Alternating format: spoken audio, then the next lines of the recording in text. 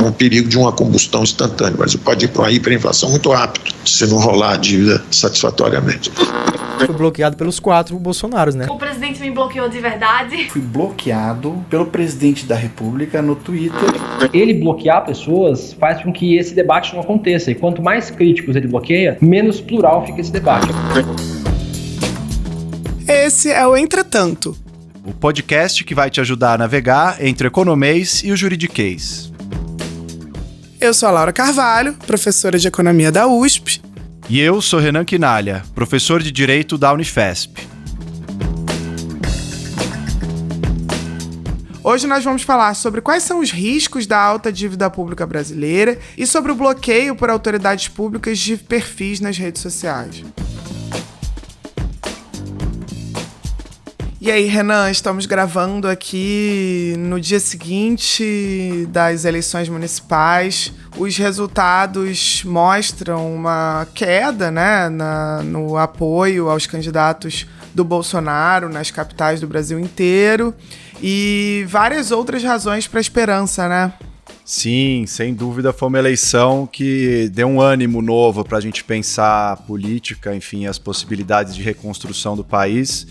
A gente tem a candidatura do Guilherme Boulos muito bem aqui em São Paulo, surpreendendo para o segundo turno, em outras cidades também.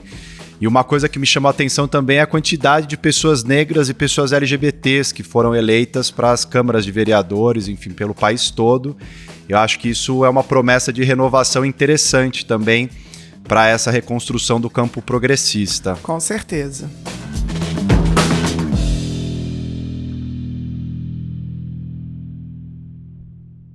Laura, o ministro Paulo Guedes disse num evento na semana passada que o Brasil podia voltar a ter uma hiperinflação se não cuidasse da dívida pública e do tamanho dessa dívida.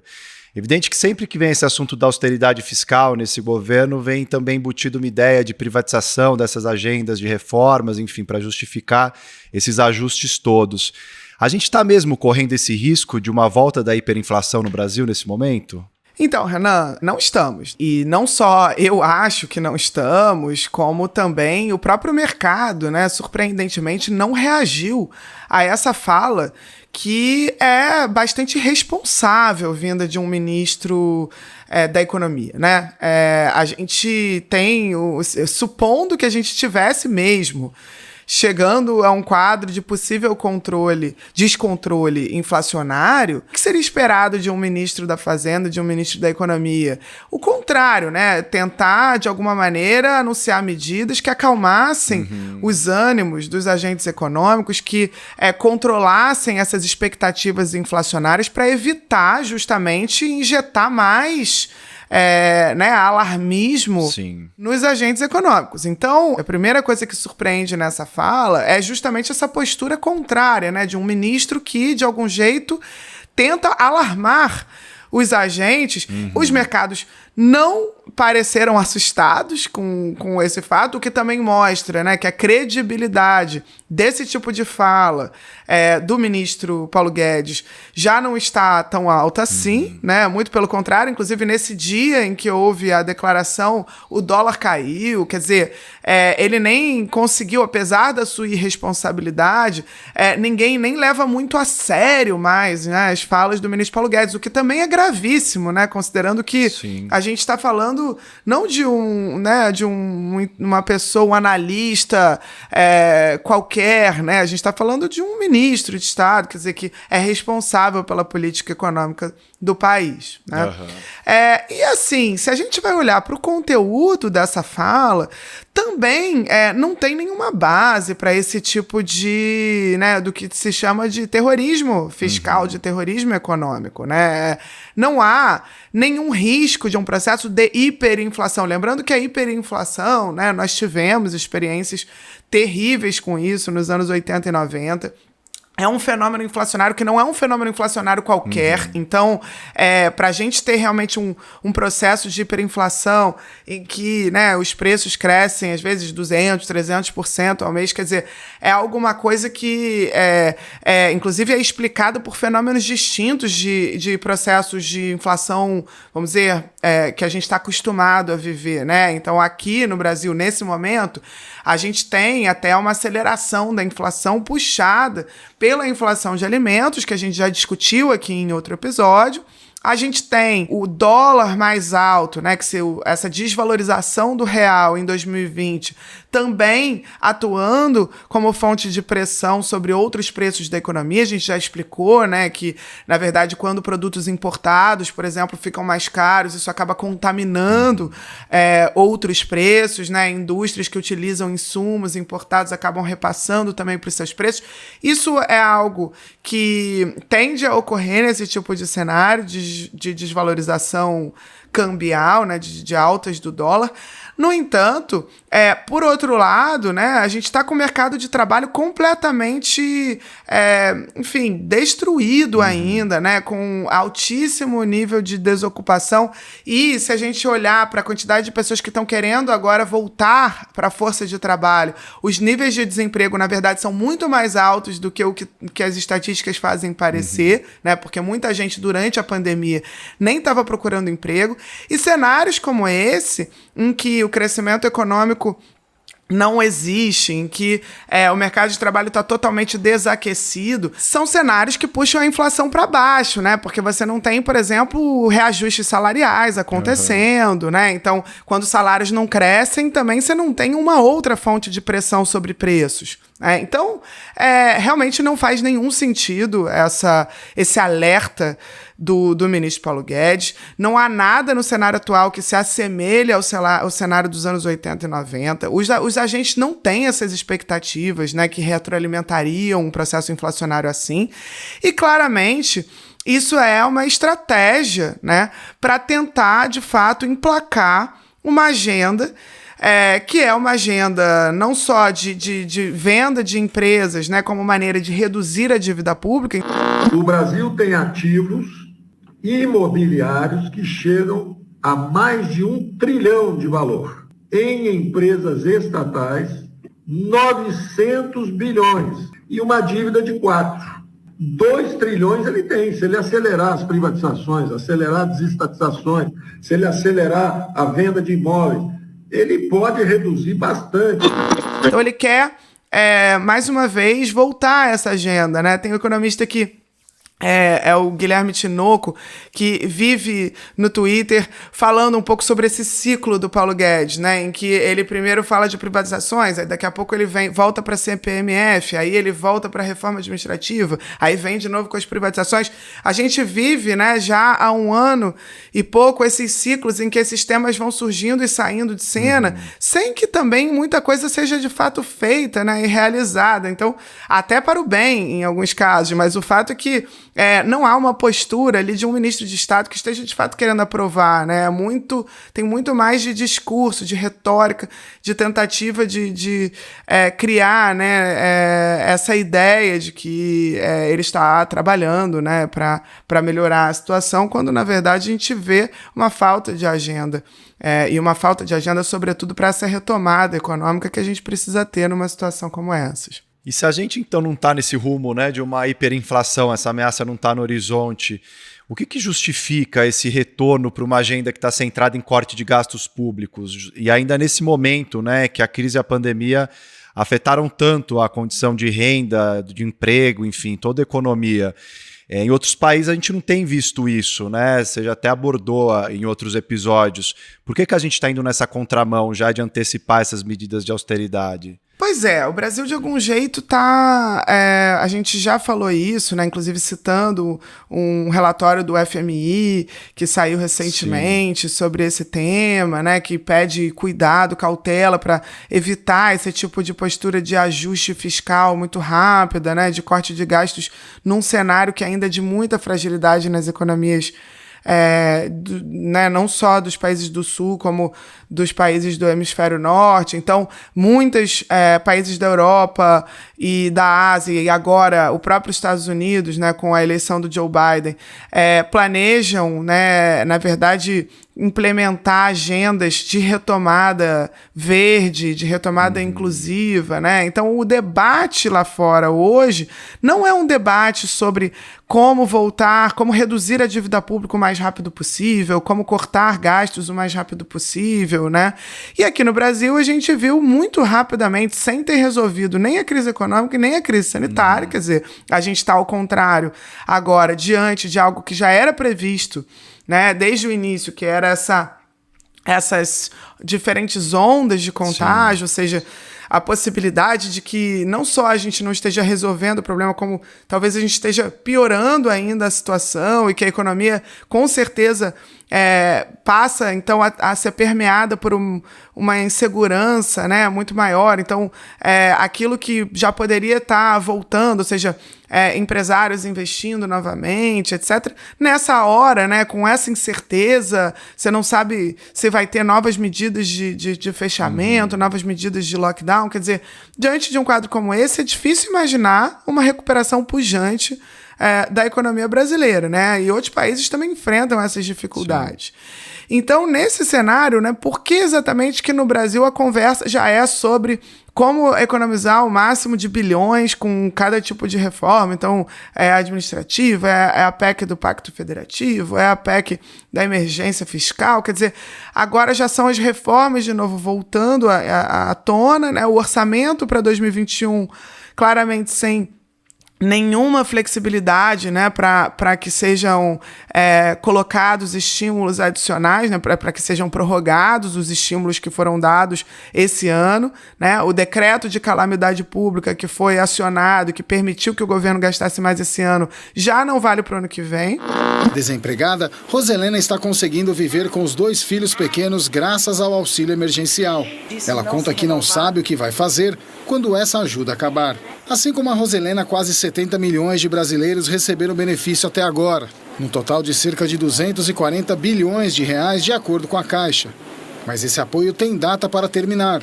A última parcela deve ser paga em dezembro. E não tem nada vindo no lugar, porque a agenda é outra, a agenda é esse retorno à austeridade. O que justifica isso, né? Então, o argumento que a gente vê que faz mais sentido, né, se a gente esquecer esse tipo de alarmismo do Paulo Guedes, né, sobre hiperinflação, que isso não está pautado mesmo por nenhum tipo de, vamos dizer, não está pautado pela teoria econômica, pela evidência empírica e nada do tipo. Se a gente se restringe àquilo que poderia fazer algum sentido como justificativa, né? A ideia é a seguinte: na verdade, a dívida brasileira, ela realmente aumentou. Então, a dívida brasileira no ano de 2020, com os gastos com a pandemia, né, ela subiu mais de 13 pontos percentuais em relação ao PIB, também por conta da queda do próprio PIB, mas em boa parte por conta dos gastos adicionais com a pandemia e com a perda de arrecadação ligada à pandemia, né? A gente tem com isso uma redução também do prazo de vencimento dos títulos da dívida pública que estão sendo emitidos. Então, o Tesouro, né, quando emite os títulos da dívida, a gente já explicou isso em outros episódios, né, que a dívida ela é dividida nessas partezinhas, né, que são vendidas em mercado.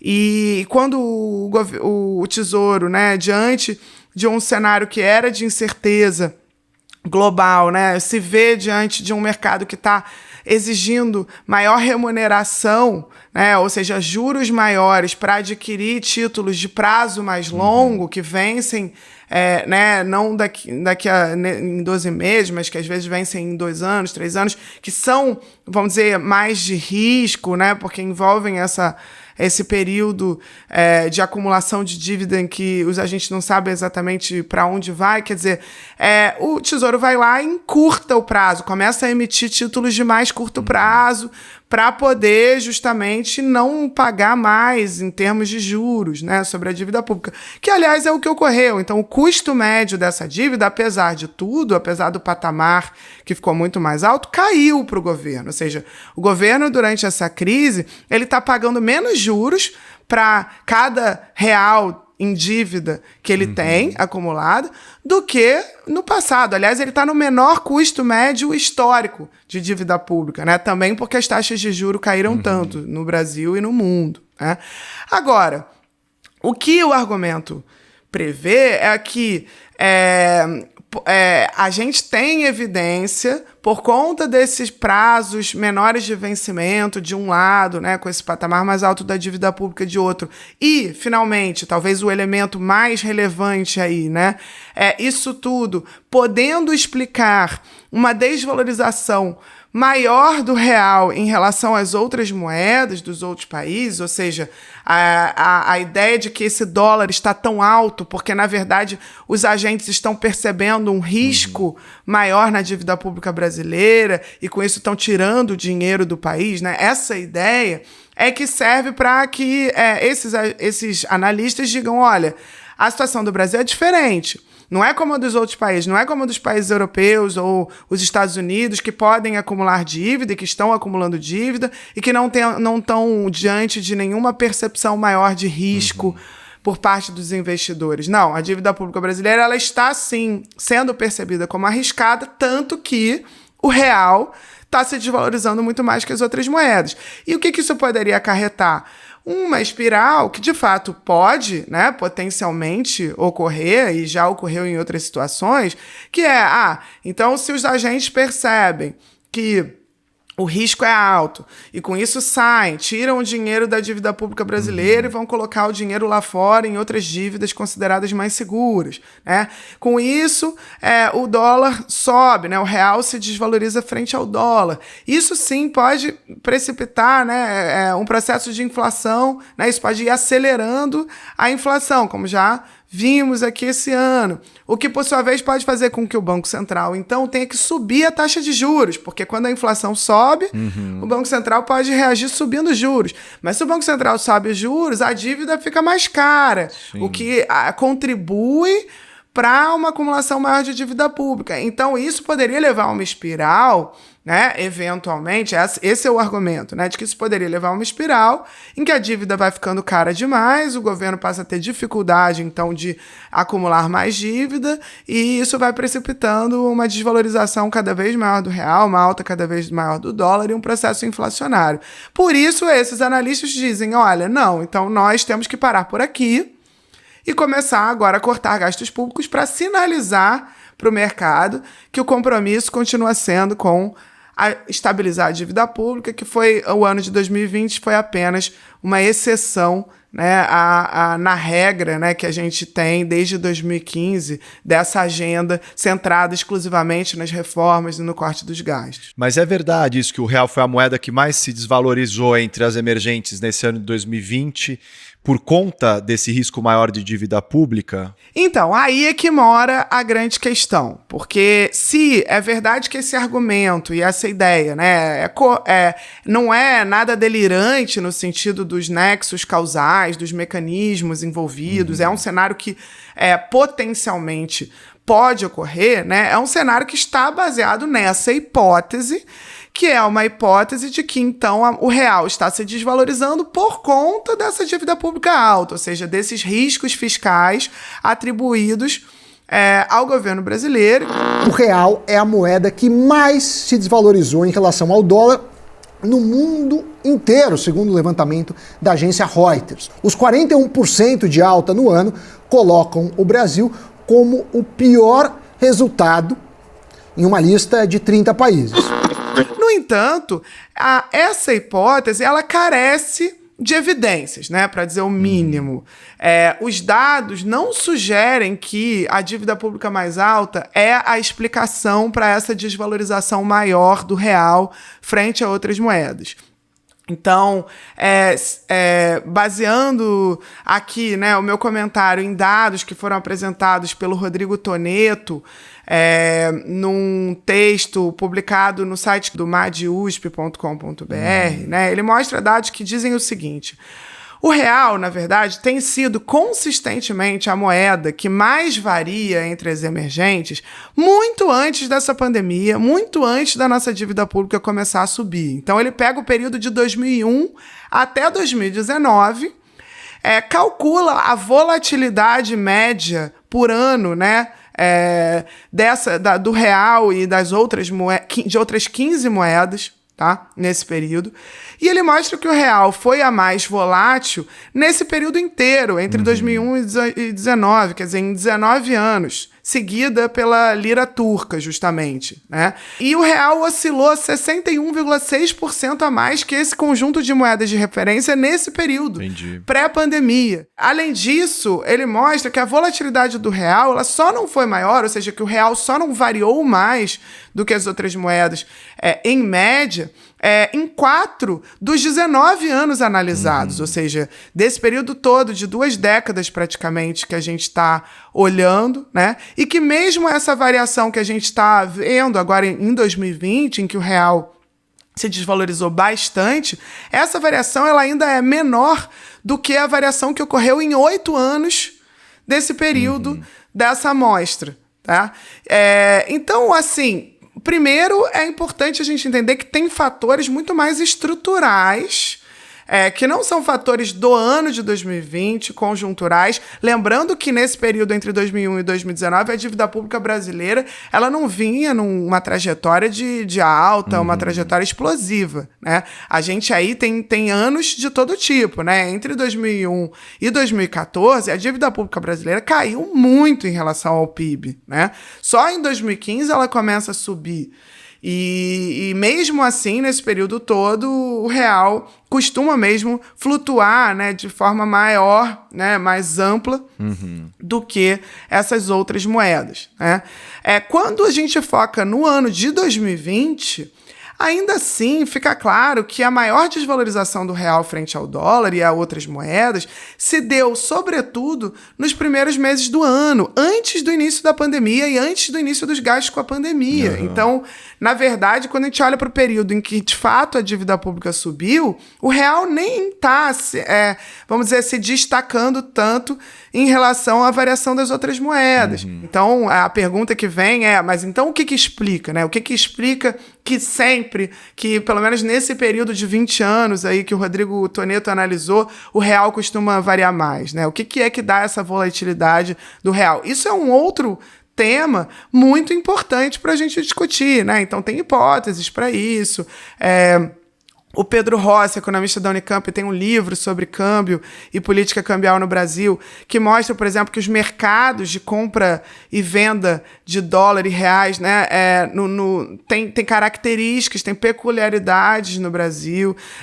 A gente tem um peso muito forte, por exemplo, de negociações feitas de contratos baseados no real, fora do Brasil, que contamina muito esse mercado, o que são chamados derivativos, mercados de câmbio futuro, enfim, são tipos de mercados de troca de moeda que parece que contribuem para essa volatilidade, mas de todo modo, né? A gente não tem como entrar nisso aqui, mas o que importa são questões que são mais de longo prazo, que não são de agora. E tanto é verdade que a gente vê, né, em muitas situações, agora, por exemplo, nessas últimas semanas, o dólar caindo, né? E nada aconteceu de melhor para o cenário fiscal do país, nem, aliás, para o cenário político ou nada do tipo, né? Então, tá claro que os movimentos internacionais, eles são, de fato, o fator preponderante para explicar essas variações da moeda, dos preços das diferentes moedas, né? E, além disso, essa volatilidade maior do real não é uma coisa de hoje, é uma coisa que já vem de antes e que tem caráter estrutural.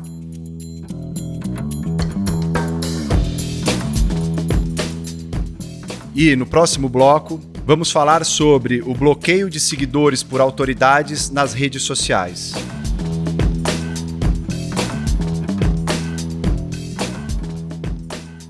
Então, Renan, um tema que tem preocupado a gente já há algum tempo é que desde que o presidente Jair Bolsonaro tomou posse no ano passado, ele tem bloqueado em suas redes sociais perfis de pessoas que criticam, né, que comentam nos seus tweets ou em outras redes.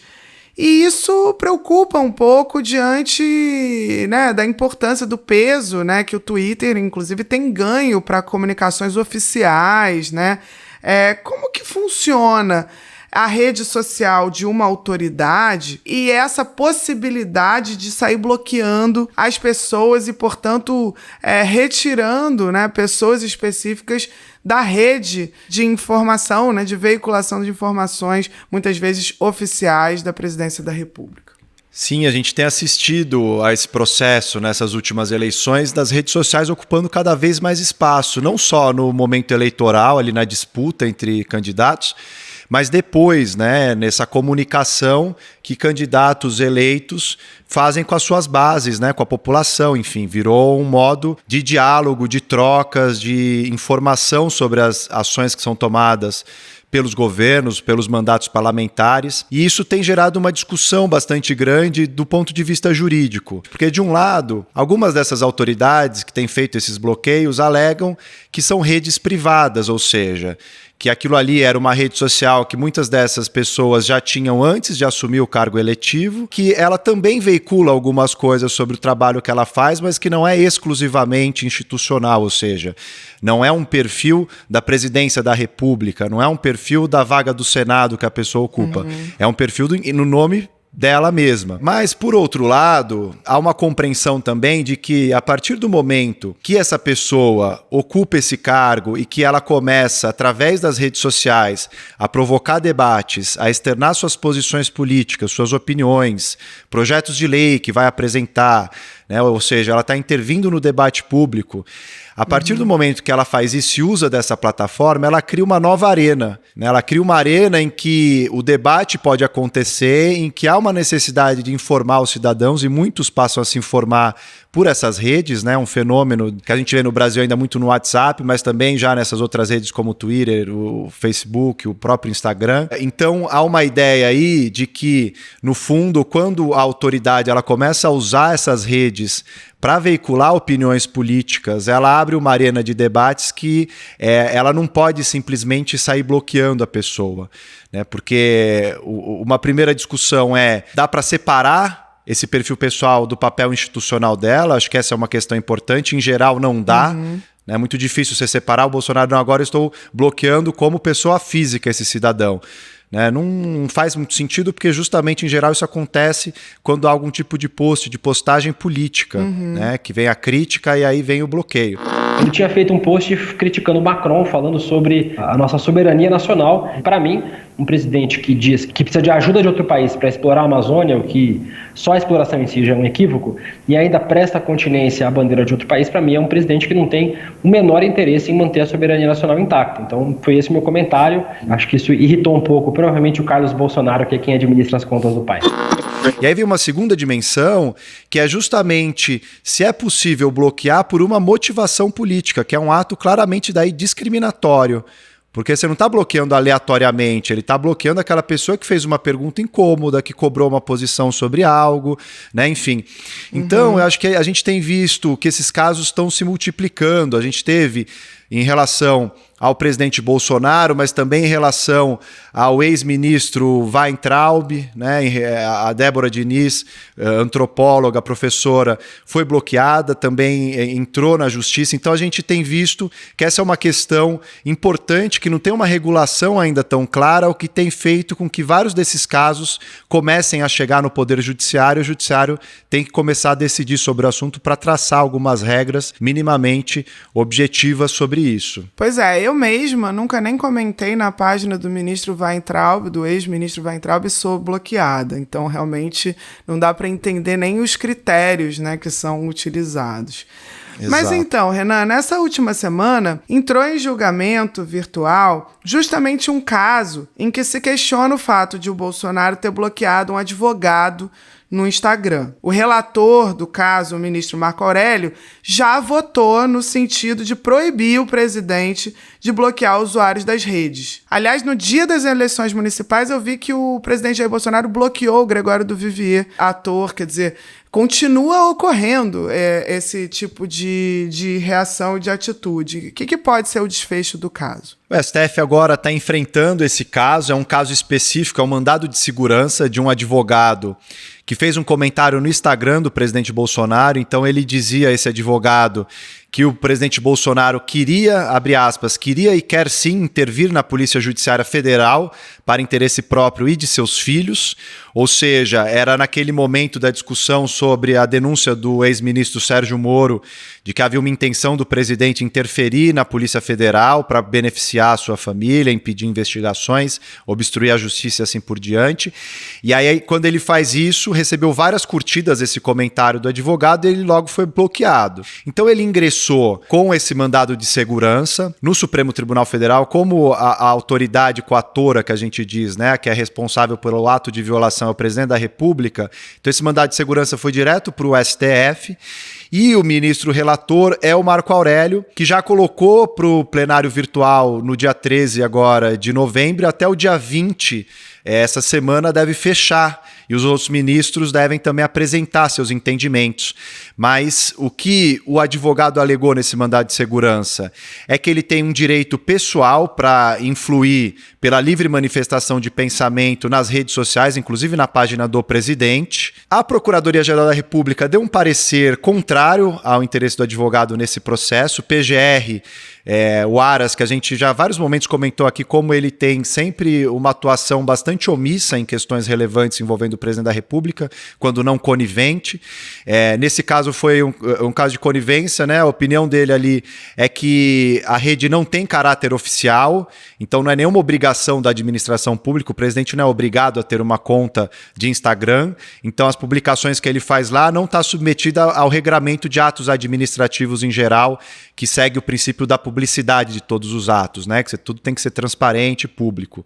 Então ele diz que no fundo é um uso de acordo com o próprio interesse e conveniência do presidente. Mas o ministro Marco Aurélio não acolheu esse parecer do PGR e entendeu que, neste caso, o presidente Bolsonaro não pode bloquear cidadãos, ainda mais por motivação política, né, de discriminação, enfim, por discordância. O ministro Marco Aurélio diz que a gente vive numa era de uma democracia digital, que a ideia é justamente de você criar uma nova arena de debates e de discussão. Então, os cidadãos têm o direito de, sim, ali participar e fazer um debate público em relação às políticas de governo, e que aquilo vira um ato administrativo, a partir do momento que se torna quase que um diário oficial, e a gente sabe que o presidente Bolsonaro usa o Twitter quase como que um diário oficial para comunicar, né, para não precisar depender dos filtros da imprensa tradicional, né, ele diz que tem muito mais liberdade ali, etc. Então, todos os atos ali, né, praticamente comunicados, têm relação com o governo dele, com as disputas ideológicas, né? Então, o ministro Marco Aurélio entendeu que esse bloqueio não pode ser feito da conta oficial de um representante de Estado. Né, a partir do momento que ele já está nesse cargo e que ele está veiculando informações relativas, se você abre, ele fala que é o presidente do Brasil, logo na descrição, enfim, aquilo tem uma vinculação já institucional que é inescapável. Então vai ter um efeito específico neste caso, né? Então não vai ainda abranger, por exemplo, esse bloqueio do Gregório do Vivier, não vai ser automático, né, do presidente ter que desbloquear, mas sem dúvida nenhuma vai abrir um precedente, porque é uma decisão da Suprema Corte que vai já, de alguma maneira, externar um entendimento. Vamos ver na votação agora, né, se os ministros vão seguir o voto relator, mas se houver essa maioria, né, já é uma sinalização importante de que outras pessoas que foram bloqueadas também vão conseguir o mesmo tipo de entendimento, porque, no fundo, o raciocínio jurídico por detrás é o mesmo. Entendi. E, Renan, como é que isso é feito em outros países? Porque já houve também situações de outros líderes, né, globais que bloquearam, né? Eu já vi isso em relação ao Donald Trump. Como está sendo feito com outras autoridades nessa era digital da política? Vários países estão enfrentando essa mesma discussão. No caso dos Estados Unidos, circulou bastante na época essas informações em relação aos bloqueios do presidente em relação a críticos dele no Twitter. Donald Trump, usuário voraz do Twitter, pode impedir que seus críticos reajam às suas mensagens. 7 deles processaram o presidente dos Estados Unidos por bloqueá-los na rede social e agora um juiz deve decidir se o presidente deve desbloqueá-los. Ele perdeu em primeira instância em 2018. Em 2019, essa decisão foi confirmada por uma corte de apelação também. E ele está tentando levar essa discussão, o Departamento de Justiça norte-americano está tentando levar para a Suprema Corte, mas a verdade é que o Trump foi já condenado a reverter esses bloqueios. Ele teve que desbloquear essas 7 contas do perfil dele, justamente com os mesmos argumentos, né? Ali nos Estados Unidos é uma discussão se as redes sociais, esses instrumentos que a gente tem usado de comunicação, né, nessa era digital, se elas estão submetidas à primeira emenda da Constituição norte-americana, que é justamente a emenda em relação à liberdade de expressão. Porque de um lado é uma discussão aqui no Brasil que toma um caráter mais administrativo, de entender que é um ato de governo, portanto tem que estar sujeito ao princípio da publicidade, da transparência, né, da crítica, do debate público. Nos Estados Unidos é mais forte a compreensão em relação a esse tema da liberdade de expressão, porque no fundo essas redes se tornaram instrumentos, né, meios para você informar os cidadãos e para os cidadãos poderem manifestar suas opiniões também. Né? A liberdade de expressão abrange uma liberdade de opinião, de pensamento, de debate. Então lá isso é muito forte e ele perdeu por unanimidade nessa corte de apelação. A Suprema Corte lá ainda não enfrentou esse assunto, mas é algo que deve voltar, enfim, que vai... agora talvez não volte, porque também ele vai deixar a presidência se tudo der certo, as eleições terminarem a apuração e o Biden finalmente assumir, como parece que é o caso.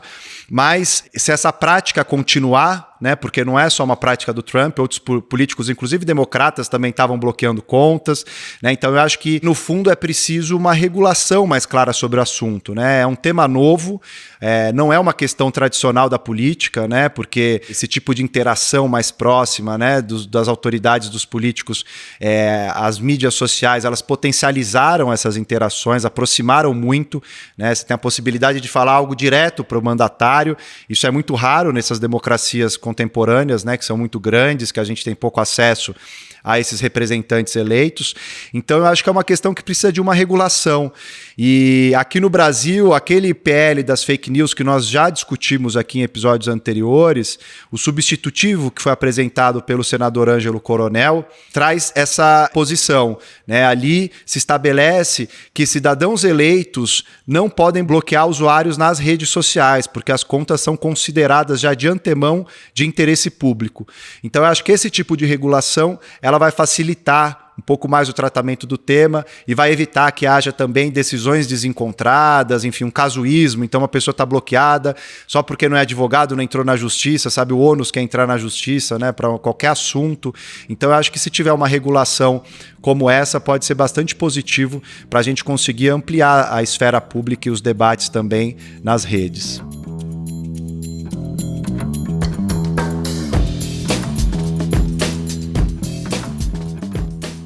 E aí, Renan, o que você vai dar de dica para os nossos ouvintes? A dica que eu vou dar aqui hoje, na verdade, é do diretor do programa, o Bruno, que passou pra gente, que é um podcast que trata da Suprema Corte norte-americana, é um projeto da Radiolab, e o podcast se chama More Perfect, e ele aborda vários aspectos em relação aos juízes e juízas da Suprema Corte, a casos concretos, enfim. Eu tô começando a ouvir ainda, mas já deu para ver que é algo muito legal, que vale a pena para quem entende inglês e tá a fim de adentrar nesse universo jurídico, mas de um jeito bem didático e com uma narrativa interessante. E você, Laura, o que você vai dar de dica hoje pro pessoal? Então, eu na verdade recebi aqui um livro que eu tô super afim de ler, eu ainda não comecei também, então essa semana eu acho de eleição, nem os nossos ouvintes enviaram muita coisa pro nosso e-mail, aliás, fica aqui o chamado para vocês mandarem as dúvidas pro entretantopodcast@gmail.com. Sim. E nem a gente conseguiu fazer tanta coisa no meio dessa semana agitada, né, na política brasileira. Mas eu recebi o livro aqui da Ilona Zabô, A Defesa do Espaço Cívico.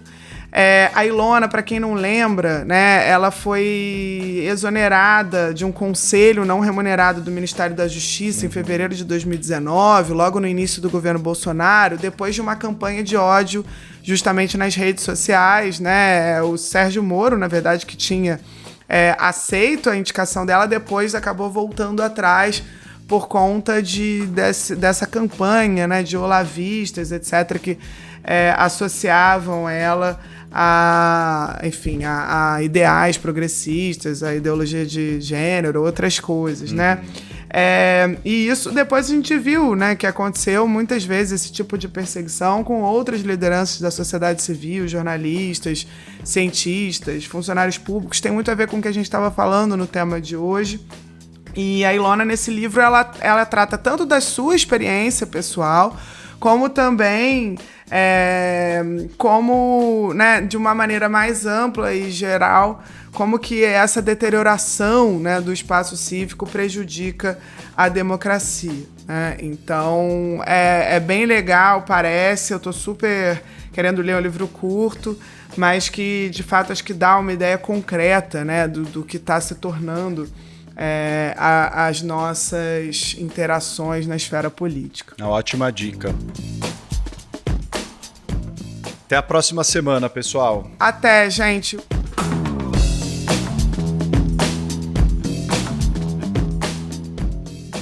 O Entretanto é uma produção da Mira Filmes, com direção do Bruno Orovics, edição da Júlia Leite, do Bruno Orovics, e produção do Gustavo Rosa de Moura e da Marina Persson. Para falar com a gente, mande um e-mail para entretantopodcast@gmail.com ou use a hashtag Entretanto nas redes sociais.